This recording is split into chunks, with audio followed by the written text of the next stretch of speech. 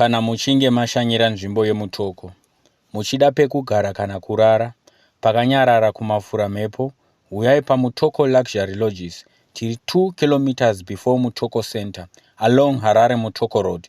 Munotibata panhamba dzinoti 0772 427 121, 0772 427 121.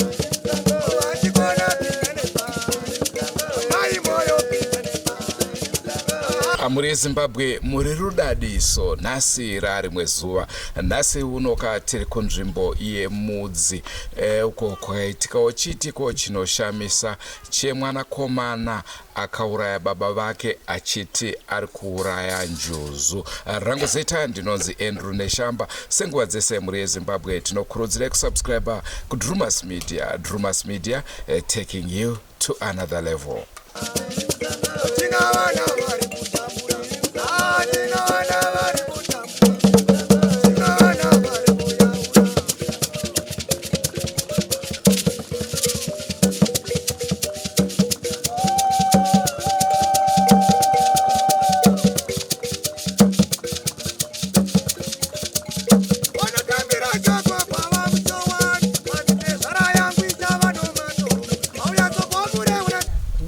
Maibonga nogara kuno kumudzi kudhuze nekukotwa.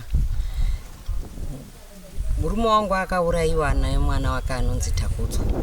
Takudzwa uyu akaita kanokwana katatu achitenderera njere. Akamboti tenderere, akatanga kutenderera kekutanga zvombozorora, kechipiri ndizvozvo zvekare. Paatanga kutenderera njere zvekare, anga akuda kukwana masvondo mairi achitenderera njere saizvozvo. Asi pane imwe nguva yekuti aitaura nyaya dzinenge dzakaswatuka, kamotaura nyaya dzekuona kuti munhu yarutendera njere. Chingoita zvaanoita sezvinoita vanhu vanotendera njere zviya. Mwana uyu anga ane 24 years kuberekwa kwake. Takudzwa uyu atanga kutendera njere saizvozvo. Zvainyanya kumuinga huri usiku. Masikati unoona kuti zvinenge zviri nani. Nemusi marimwe zuro ayo, Takudzwa akaswera tichiratidza kuti aiwa zvitori nani. Asati kana atanga kutendera njere, ninga achiti anosvika kurara ega. Aizinga achida kurara tiri murumu imwe chete, ndine hanzvadzi yake Jeni. Mukurara imomo kwataita hatina chataiona chaivhiringidza mukurara saizvozvo. Nauye akazoitika ndeyekuti Takudzwa uyu musiwo huri usiku, Takudzwa Jeni uyu akati ndoda kubuda panze mama. Takudzwa achibva ati mama ndoda kubuda panze. Bva tabuda tese kuenda panze. Pakuzodzoka kuti tidzoke mumba, iye akati ndimirirei. Akanga aendawo kuzviyamura panze paya Takudzwa, saka akati ndimirirei musapinde mumba baba, ndimirirei. Bva ndaita saizvozvo kumutedzera zvanga ataura. Apinda mumba, Takudzwa naJeni akabva vhara dhoo kuvharira Jeni iye mukati, ndasara panze. Uye hanzvadzi Jeni uyu ane makore 17 ari kushandira 18. Azvoona kuti akangotya kuti hanzvadzi yandivharira muno. Nokuti paripo paimbodzi ini ndakarara, inini handina kunge ndaizoziva kuti Takudzwa ndo zvaari kuita, aimbotaura ega mumba imomo Takudzwa. Then Jeni abuda panze, Jeni akagara pacheya, ini ndibva ndarara pavheranda ipapo. Takarara pavheranda kudaro, Takudzwa aichajisa foni yake mumba imomo nebhatiri. Saka paakabuda panze ndofunga akafunga kuti hana kuziva kuti ndasiya ndabvisa foni yangu pachaja pakuichajisa. saka yese munhu airwara njere akafunga kuti ndijeni abvisa achida kuchajisa tufoni twedu tuyedu. Zvadaro iye akangotaura mashoko ekuti ndikabuda panze ipapo pane akati ndiri kuda ndomamisa vanhu. Saka ini handina kumboziva kuti amashoko ekungotaura. Takudza ipapo akabuda mumba akabva asvikozunza cheya Jeni kwakutanga kutiza ndibva ndasumuka pandanga ndakarara. Achidzingirisa Jeni kudaro akati njuzu iyo achidzingirisa Jeni. Jeni akadonha, Jeni achibva asumuka. Ndibva ndakuti mwana wangu kani takudzwa siya mwana. Ndati takudzwa siya mwana. Akanditema nechafu chechidhina paruoko. Anditema neafu yechidhina paruoko achibva andirwa achibhakira kumusana achibva andibana bhutsu pagumbo rekuruboshe.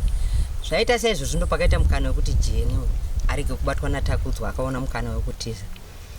Jeni atiza kudaro akamira pakati pemukova achibva adaidzira kuti baba vangu vakarara kuneimwe rumu yavanga akarara paimba yamainini iri pakati pemukova uno. Ndokwangu ari baba vachibva vabuda panze wanzwa kuti takudzwa ndifunga pamwe akuita hondo saizvozvo. Zvadaro saizvozvo baba vai vakatanga takudzwa akabva atanga kumhanya apfuura nekumba iyoyo kwanga kuina baba. Asi apfuura nekumba kwange kuna baba ikoko inini ndakanga ndisiri kure maningi. Baba sekubuda kwavakaita vaimbogara vachitaura vaine tsvimbo dzavo 2 dzagara taura kuti akatanga hondo sezvaakamboita imwe nguva yacho paakarwara kechitu kune mawindo akambopwanya nemasora kumba kwaamainini pamainini tiri mukati momukova mudzimai wababa wanga vakarora mwasi akazobva asesepo pano. Saka vagara taura kuti akatanga hondo yake ini ndinoda kumurova. Saka baba wakabuda netsvimbo mbamwe ndakaona tsvimbo zveshuwa yakarova yakaenda kumusana kuti iri yaguma pamunhu nekuti kwanga kwaane chiedza kunze kwanga kuda kuti idzi kumatutu kwangwe nemwedzi. Saka ndakazviona kuti ndo zviri kuitika. Takudzwa uye achimhanya kudaro akaenda divi raaienda rekuda kunanga kuita kunge akuenda kwana Maiguru. Zvadaro saizvozvo ini ndakada kumhanya ikoko ndichiti takudzwa iyo ndichiona kuti takudzwa ikoko anogona kuzorwisana nababa. Musikana wangu akabva andibata ruoko akati mama musaende ikoko mama munokwadzwa. Takamira patakanga tichiona kuti vanhu vaenda takaona huruwa kuti pane zvaakutoitika. Zvadaro ndo patakafunga kuti zvinhu zvikaiti manye tinodziwe panext door. Takati fambe pane kachikomo kari padhuze nepamba pedu. Takabva Jeni uye akanditi mama ngatimirei ndo ndati ngatiendei kwaMaiguru kumba kwemukoma wababa iwavo. Saka Jeni akandi ngatimirei mama titeerere. Takanzwa zveshuwa tsvimbo kuti iri kutoroveswa munhu iri kutoroveswa pana baba. Zvadaro ndipo ndakamudza mwana wangu kuti ngatimhanyei kwababa waPefi panext door pera. Vatasvika panext door paya taudza panext door paya vakati ndiri ndega kuti ndinobata handimugoni dai maenda kunodaidza mavhura. Saka ine handaunzwa kuti vataura kuti tinodaidze munin'ina wavo baba iwavo kuti vauye vabatsirane kurandutsira semunhu aenda kurwadziwa nemarwadzo. Ini pfungwa dzangu dzainza kutofunga kuti timhanye kwaMaiguru tiudze murora afonere mwana wedu mukomana ari kubhodha ikoko. Asi ndakaudza baba waPefi ndikati zvandanzwa inini tsvimbo kuti inenge yange iri kutoshandiswa kuti iri kutorova. Baba waPefi kani dai manga maenda baba ndofunga baba wanga uraiwe natakudzwa. Hazvina kumira mushe zvatasiya zviri kuitika. Chibva tabva ipapo vatamhanya vataenda kwaMaiguru ndikasvika ndikaudza ndikati Maiguru inini zvatasiya zviri kuitika kumbaka baba wari kutofa kumba uko. Zvadaro takazobva kuye nana Maiguru taakuuya. Ava baba waPefi vaye takasvika vaseseri pamba pavo. Mukadzi wacho nevana vachibva vatiudza kuti baba waPefi wazoenda kumba kwenyu. Asi kuenda kwawaita baba waPefi takudzwa ambodaidzira achiti baba waPefi uyaenda uraya njuzu baba waPefi uyaenda uraya njuzu. Baba waPefi havana kuenda ikoko. Iye akabva auya pamba pedu pano akakumbira mvura akamwa mvura achibva adira imwe mumusoro adira imwe aita saizvozvo vati baba waPefi handei ngatimhanye ndauraya njuzu baba waPefi ndachirwiswa nenjuzu nhatu asi ndauraya njuzu ngatimhanyei tisvike kana isati ndaiuraya isati yafa ndinogona kuiuraya futi. Baba waPefi achivada kuti avamhanyise maningi vakati handigoni kuita sei. Kumhanya maningi wakabva wasvika panga paine mutumbi wababa asi baba wasvika ipapo baba wapefi wakabata ruoko rwababa wabata kudaro wakatonoti munhu apaisina upenyu apaisina baba wavo watofa ndipo wakamuudza wakati Takudzwa wauraya baba wako audzwa kudaro kuti wauraya baba wako Takudzwa akavhunduka akati mati ndauraya baba ini panda ndichizviita izvi ndifunga kuti ndiri kuita sei ndiri kuuraya njuso baba wapefi ini nitori mhosva yandatoparaya saka ndaakutoenda kujeri baba wapefi zvadaro Takudzwa wayo wakazomutora ipapo kwauyo wanayo kwaSabhuku wachibva watorana wachibva waenda kumba yake kuBoiskaya kwaanorara wachibva wakuedza kunyengetedzana naye wachifunga kuti pamwe zvaaita izvi anogona kuzotiza saka asi haana kuzotiza ake Takudzwa uye ndo pakafonerwa mukoma wake wekubhodha nemuroora wekwamaiguru then mukoma wacho kubva wazosvika mukoma wacho wasvika takasvikawo kudhuze zveshuwa mukoma wacho akaona kuti baba watoita sei baba watoparara Takudzwa akauraya baba wake asi tizvo zvaari kutaura ari kuti inini ndakaona kunge ndiri kuuraya njuso baba apa akapfuura nepavheranda ipapapo panga kuina baba iye ari kuti hanzi ndakaona kunge ndiri kuona nyoka saka kutiza kwandanda kuti ndaiti regai ndizvinunure nyoka iri kuita sei iri kunditera ipapo wabva kumurova tsvimbo mbiri idzodzo hanzi wakamubata padivi apa peshoti rake hanzi wakati nhasi ndinoda kukuuraya Takudzwa saka ndo zvakaitika izvozvo pana Takudzwa uraya kwakaita baba wake asi sekufunga kwenyu alright iye mwana uyu Takudzwa angasingamboitawo zvemadrugs here kana kuti doro chi Takudzwa panhau iyoyo anofita pamwe anogona kunge aizvimwa nekuputa nekuti mwana wandakambotiendei naye kuChinamato saka nekusiya kwandaita Chinamato fodya iyoyo nekumwa doro kuite kutonyanya kumuona nguva dzese kuti akadhakwa asi ndinofunga kuti aiputa semunhu akanga asiri kuna Mwari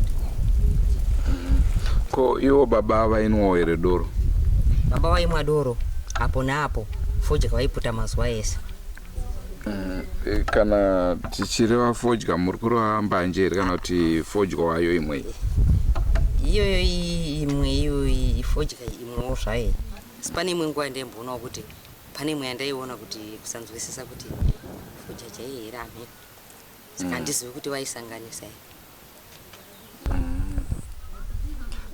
imimi saka mune vana vangani uyezvewo baba vari kutarisa kuigwa zvarini inini ndine vana vairi nababa avo pamusha pano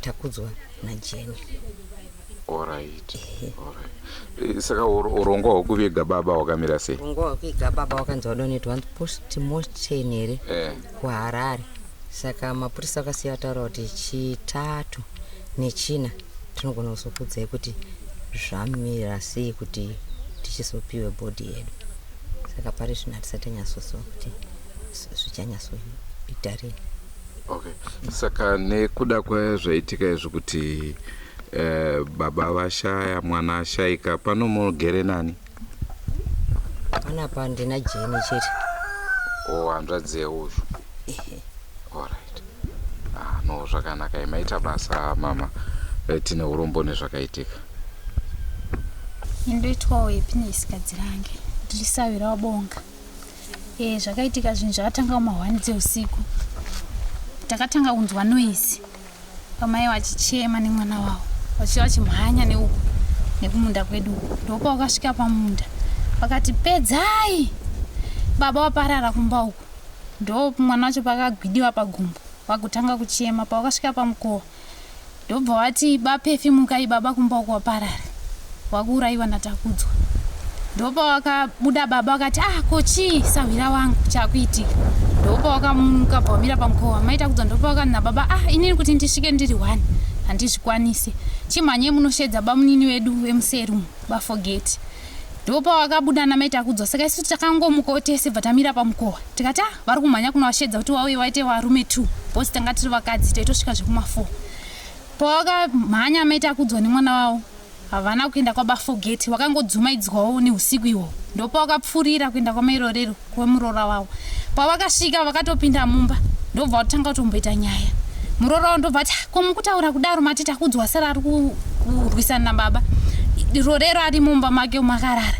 Ndopavakati chirege ndinomumutse mukomana. Ndopavakanomutsa mukomana isusu tasara ndopatakatanga kunzwa kuponda baba kwaaita kugotsuku anga vateka vakamhanyisana kubuda pamukuwa panapa nemutsvimbo baba vachirowa mukomana ndopa akamhanya kusvika murodhi bvaatendeuka akati baba makutoda zvekurwisana neni.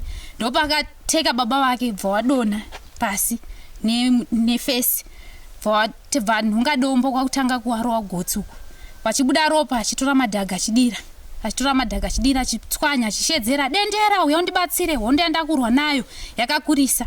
Arwisi uya undinunure mudunhu mako hondo yandakurwa nayo yakakurisa. Mhepo yasimuka pedzai achishedzera mazita evanhu vese vamwe vari kumakuwa wakafa.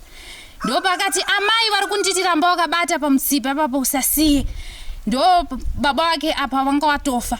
Ndopa akazotora tsvimbo kwakuwatsemura mamwe mapatsi zvisingaiti takudza akaparadza baba wake. Asi paakapedza panguva iyoyo akamhanya nerodhi shoti ranga akapfeka ranga rine ropa ndobva ari kurura mumunda umu bvasi aritsisa nedombo abati pedzai sawi muka. Baba akati ndiani? Baba wangu ndopanga wakumhanya vachiyani kumunda kuno kuti wauye wavaone. Pavakatanga vambomhanya kekutanga bvavadongorera bvavadzoka mashure hanzi bvandatanga kuona rima asi ndaingonzwa kuti vanhu vari papi vari apa vachirwisana kudaro. Ndobva vadzokera kumba vakati apa ndingasvikirawo vamwe wangu wauya tibatsirane kunonunura munhu. Pavari kudzoka kumba hapana angasvika paground. Ndobva vati takudzwa uye ndopanga amhanya nerodhi vatanga kushedza pedzai tembo sawi ndapedza ukubasa ndarwisana ne3 tuvarungu. Asi tanga tune power baba vandibata panapa papa mchuno apa baba vavo vandirwisa asi vane simba. Zvikana baba koita seiko sai zvikanzi mbondipe chikapu chemvura. Ndofunga akapiwa chikapu chemvura chihombe chechi akamwa akasiya shoma ndobva azvidira miri wese asi anga asina hembe kumusoro uko anga asarwa neshoti. Ndobva vatanga kumhanya baba saka chimhanya tiende bvamhanya ari pamberi vachiuya bvasvika mumunda manga makarara baba. Ndobva vati baba bvasvika bvati kota mukai kota havana kudaira wanga watoparara. Takudzwa ndobva abvunza ko iye waita sei zvikanzi ndamuparadza ndarwisana ne3 tuvarungu asi kundaita nekusaziva. Ndobva vafamba vachienda kumba kuno ndopa vakasvikirana nasabhuku wanga wafonana nawo watosvikawo paground. Ndobva kutora gumbeze mumba ndobva vachinofukidza baba. Asi isusu panguva yacho hatinaidi kusvika padhuze kwanga uri usiku zvinhu zvakatanga ma1 dzeusiku kunosvipakira kuchene takangomira kumba hatina kuzorara. Kwachena ndopa takazotarisa mumunda ndopa tiri kuona kuti apa pane gumbeze ndopa pana baba watofa. Saka baba tingati vakakwadzwa musoro chete. Baba vakakwadzwa musoro nemaoko tongoti nemiri vakakwadzwa baba asi kumwe kwacho havene wanga vari right kumakumbo kwanga wasina kunyanya hawo kukwadzwa.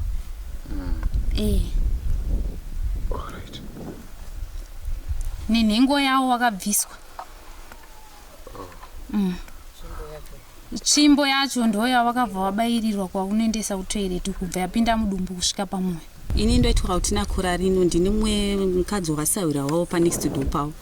Ndakatanga kungonzwawo iri noise chinzi pedzai vanati baba mukai takudzwa yatanga zveshuwa ine ndichivhura door shuwa ndakasangana namai kota nemusikana wanonzi Jeni ari pamusiwo ndikati chii zvikanzi baba vafa varurwa natakudzwa nditiko zvaita sei baba uchibva wabuda vakati manje kuti ndende ndega ndinofa maita kudzwa ndikati imimi baba dai mama gona menda kuturani baba forget mukati vanhu tu munoziva simba rana takudzwa zvinoita shuwa baba wakafamba wakauya vakati ndasvika asi kuti ndisvike padhuze andazosvika padhuze nekuti ndabva ndaona rima but kuti mavoice ndikutonzwa shuwa aideedzera akati dendera maraidza pedzai chipo ari wisisa bhuku yauntibatsire ndikurwa nevanhu vatatu wandikurwa nawo machaina zvadaro zvapera kudaro shuwa baba vakadzoka futi kumba vafondera sabhuku wafunda sabhuku kana sabhuku aiwa ndakutotuma kumona wangu wauye ndikati baba chende inenge tochi shuwa baba mvua uya wati uye ndopo akazosvikawo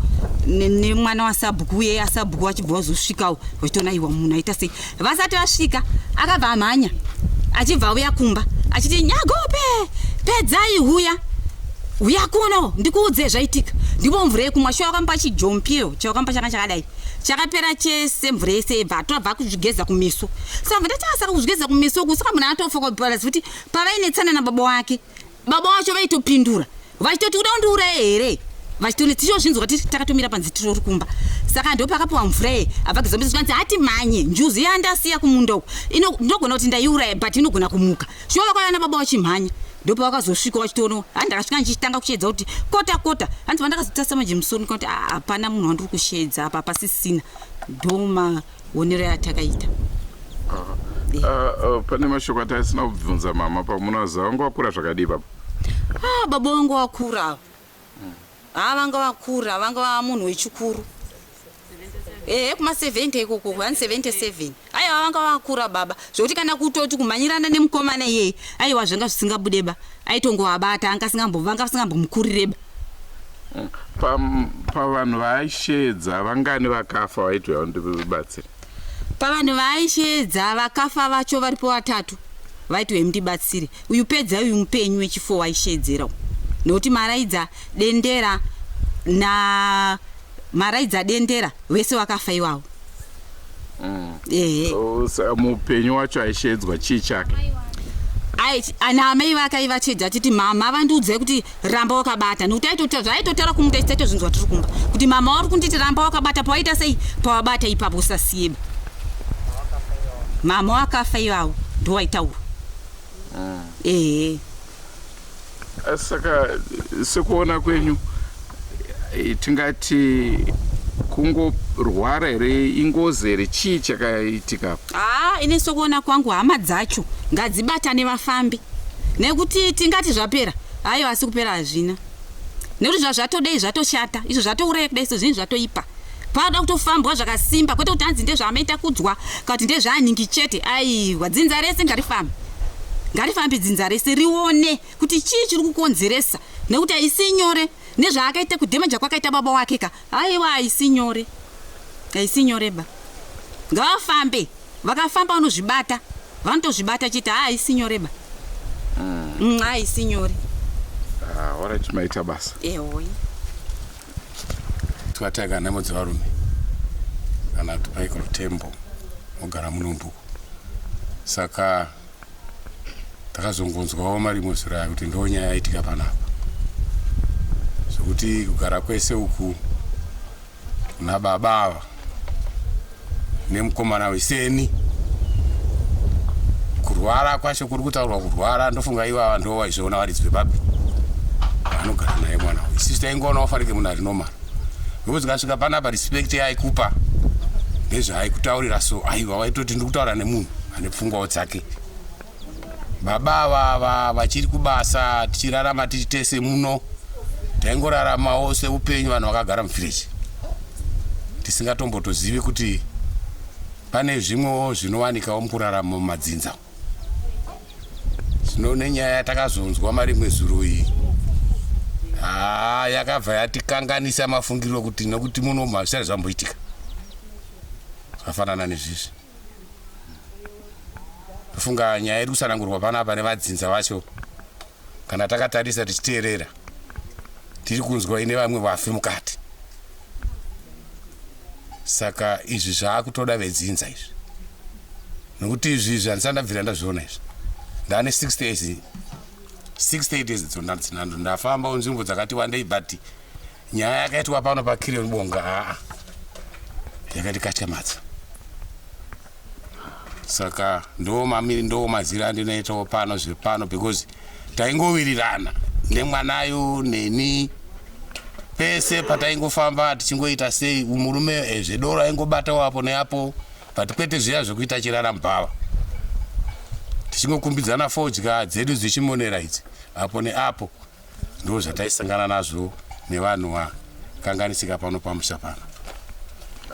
Asi imi tingati mwoyo wanhu wakuru munzvimbo.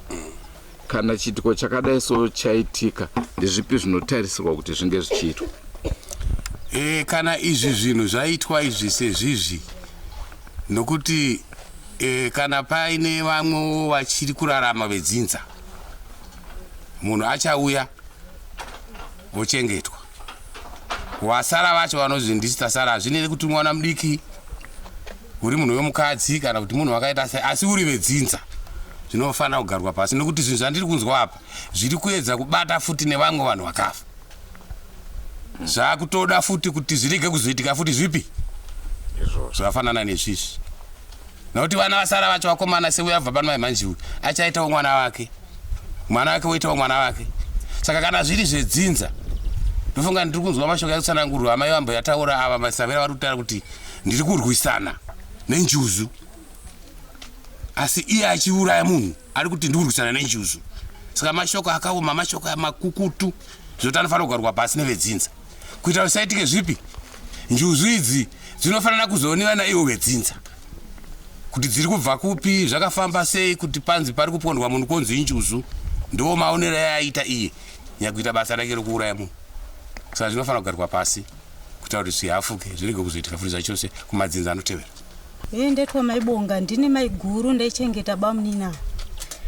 Zvokuti musi wakaitika tsaona uyu iri Saturday makuseni, baba wakasvika kumba makuseni, ndobva wati amai, ko mombe dzangu dzaenda kuti? Ndikati mombe dzini dzapfuura neuye dzaenda nechekumabhazuwa kusvika nziwo.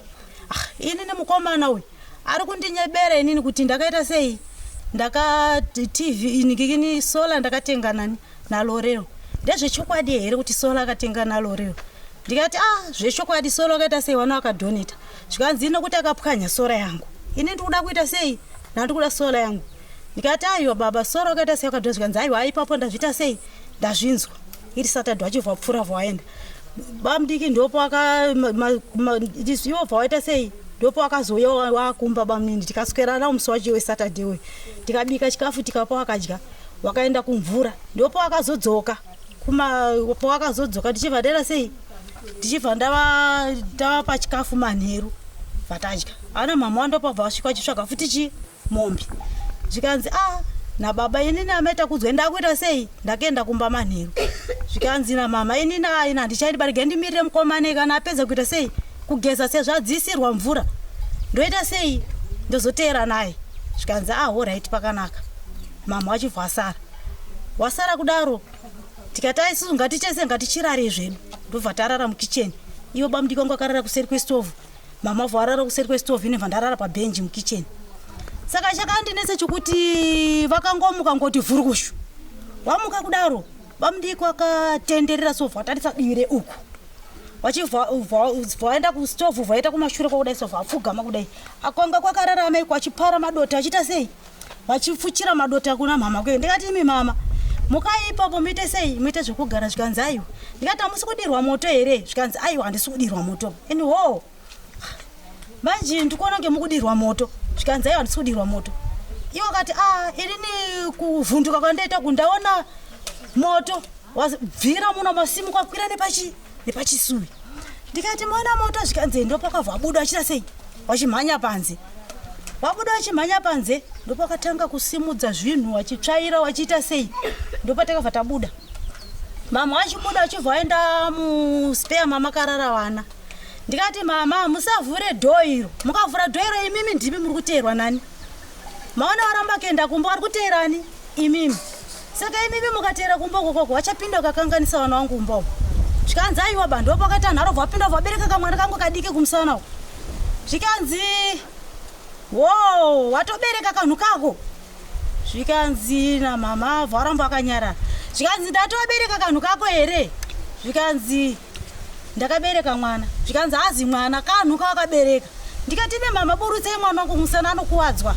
Zvikanzi ndati watobereka kanhu kako ndo kandiri kuda. Saka ndopo ndakabva ndatora mwana uya kumusana. Vandapa vamwe wake ndikati ende kubedroom metoti vandaita vandanovharira vana vandakiya dho. Vatakutogaidha pakitchen. Zvikanzi akanhu ikako ndo kandiri kuda. Vakutsvaira ndopo akabva tisa takamira tiri tuna mama. Wasvika vakurura heti yangu musoro. Ndobva kurura dhuku ramama. Vanga akabatidza moto pasi pedanga rehuku. pawakatora dhuku rangu heti yangu nedhuku ramama ndopo wakabva waita sei waenda nazvo pasi pedenga reuko zvakubvurudza kudai ini ndopa ndakabva ndamhanya vandabvuta heti dhuku ramama ranga ratotsva kudhara ndabvuta kudaro vandatora heti yangu iya heti kana kuti ndichizoti ndakaisa kupa ndichatomboziva vawaita sei ndobva wasara wakupisa wapedza kupisa dhuku riya ndopo wakabva wabuda kubva wabvunza kuti muri kundiona mandiziva here zvikanzi namama zvikanzi zvikanzi ndinani zvikanzi ndini takudzwa zvikanzi handizi takudzwa munhu wangu akutaura munhu akafa ainzi Big Brassen akafira kwaMutoko asi kumusha kwake kuri kubhodha akafose tina kumboziva mafiro okuti akafa sei nokuti munhu akanga angotato achienda kupi akangonhongo kwaMutoko ikoko wakafa zvikanzi ndini Big Brassen mafiro andakaita muri kumaziva here tikati isusu hatimaziva zvikanzi muchazvitsvaga muchizviita sei futi muchizviwana asi ini ndini Big Brassen wachita zvavanenge wachita kana wapedza zvavari kuita ikoko kwakauya futi wabvunza mai guru ndikati bamudiki zvikanzi ndiri kushungurudza here ndikati aiwa kundishungurudza musi kundishungurudza ko chii chiri kuitika ndikati inini ndiri kurwadziwa nesituation yamuri kuita iyi zvikanzi ndakabho wachibva wasimuka futi oenda kumunhu wachisimudza matando achidini saka ine ndanda kusvikira mumba kuti vanogona kupinda mumba wakadhistura hembe dzemukomana wakatakura chinokanda pai nokuti tanga taita vanhu vakadziteka tega pamba pasina murume tataita vakadziteka tega saka ndandatakura hembe dzavo chinowa chabva ndaendika hembe dzakaita raini makuseni pazvakangoti bengeni ndopo wakamira wakatarisa wakati mai guru ndikati bamudiki zvikanzi ndimi mema wakawacha hembe dzangu dzakawanda kudai ndikati zvikanzi wakomanaka inini mukadzi ndikushaya kuti ndomiitira sei mama vadaira zvikanzi chekutanga dai kunzi Mwari wanditungamirira ndashanda kudaro ndine chimwe chinhu chihombe chandoda kuitira mukadzi uyu zvikanzi handiti ndiwe waiti ndiwo mai wangu here zvikanzi nokuti imi hamuna chamukundigonera ava wari kundipa sadza wari kundiwachira saka ndiwo mai wangu ipapo zvabengenuka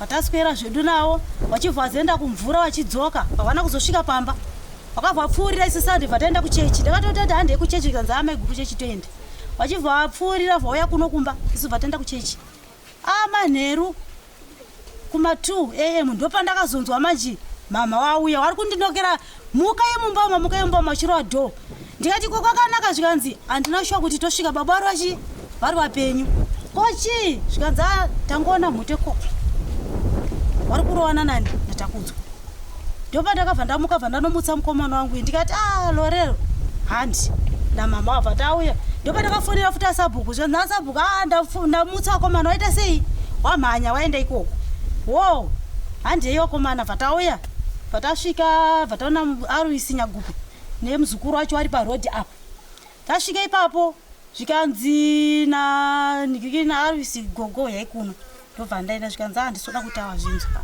mukomana aita sei atopfudza kudhara baba wake ndikati chirudzi zvikanzi ndo zvataitika mbuya ndo zvatoapo hapana zvatingachazviti ndopata awa manje hana iwe yanga isati yadini yadzikama angangoti akangoda kumira akanzwa vhoisi rake wakungodini wakuda kutiza ndikati mama adzikama imunhu atoita sei atova nevanhu vatomuchengetedza uko hapana zvamuchaitiwa ndopatakati gara temu dzakazosvika bamudiki ndopatavakabva vasvika zvikanzi ko baba wacho vari kupi ndopa ndakafamba nao bamunini bvatasvika bvataona baba kuti ndichisvika padhuze ndakatadza kusvika padhuze nokuti baba wanga asisina wanga akangopfeka kumusoro uku kwese kwanga akangovharwa panapa chete nechihovhorosi ndati handichasviki padhuze nokuti ate zvakangu akadini wakashama chibva ndatorana nabamudiki chibva tauya kuti kuno kumba ndikati bamudiki chitore mapikicha munhu wenyu muite sei muite zvamurura kuita bva wangotora mapikicha wachibva wasendera ofisa kupi kukotwa kwanga vanoripota nyaya ndiwo maonero andakaita saka mapurisa haana kuuya pano mapurisa akazouya makuseni ndokusvika kwakaita mapurisa vakasvika makuseni sezvo kuma7 handiti 7-8 ikoko kuma8 waiti motikari haina fuel saka tichatozoya kana motikari maservice station avhurwa tadirisa fuel mumota dzedu Andicho chirongwa chitakupai mhuri yeZimbabwe. Ndofunga manzwa zvataurwa namama, manzwa zvataurwa nehama neshamwari kuti chii chakatora nzvimbo zvinowanika mukurarama ndiwo upenyu. Hanzi upenyu idova. Zvinoitika nhasi uri mupenyu mangwana auchisiko. Firo ndo dzinosiyana asi ndiyo nzira yedu tese. Kuna baba vakashaya tinoti aiwa zororai murogare, zvichida musiki achatisanganisa. Rangu zita ndinonzi Andrew Neshamba. Senguva dzese mhuri yeZimbabwe tinokurudzirai kusubscribe kuDrumas Media. Drumas Media taking you to another level. Semavimbisiro andakaita pari zvino tiri kutendera nzvimbo yemutoko mudzi kusvika kubhodha. Nhau dzinenge dzichiitika tichikuunzirai muchiziva kuti chii chiri kutora nzvimbo munyika yedu yeZimbabwe. Goodbye my friends. Goodbye my friends. Wakamboonana tichazoonana nerimwe zuva hama dzangu. Goodbye my friends. Goodbye my friends. Wakamboonana tichazoonana nerimwe zuva hama dzangu. Ini ndokwenda kubasa kwangu. Iwe makiwe mkaranga.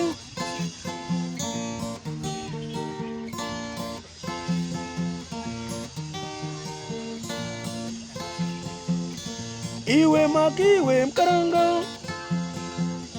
Iwe makiwe mkaranga.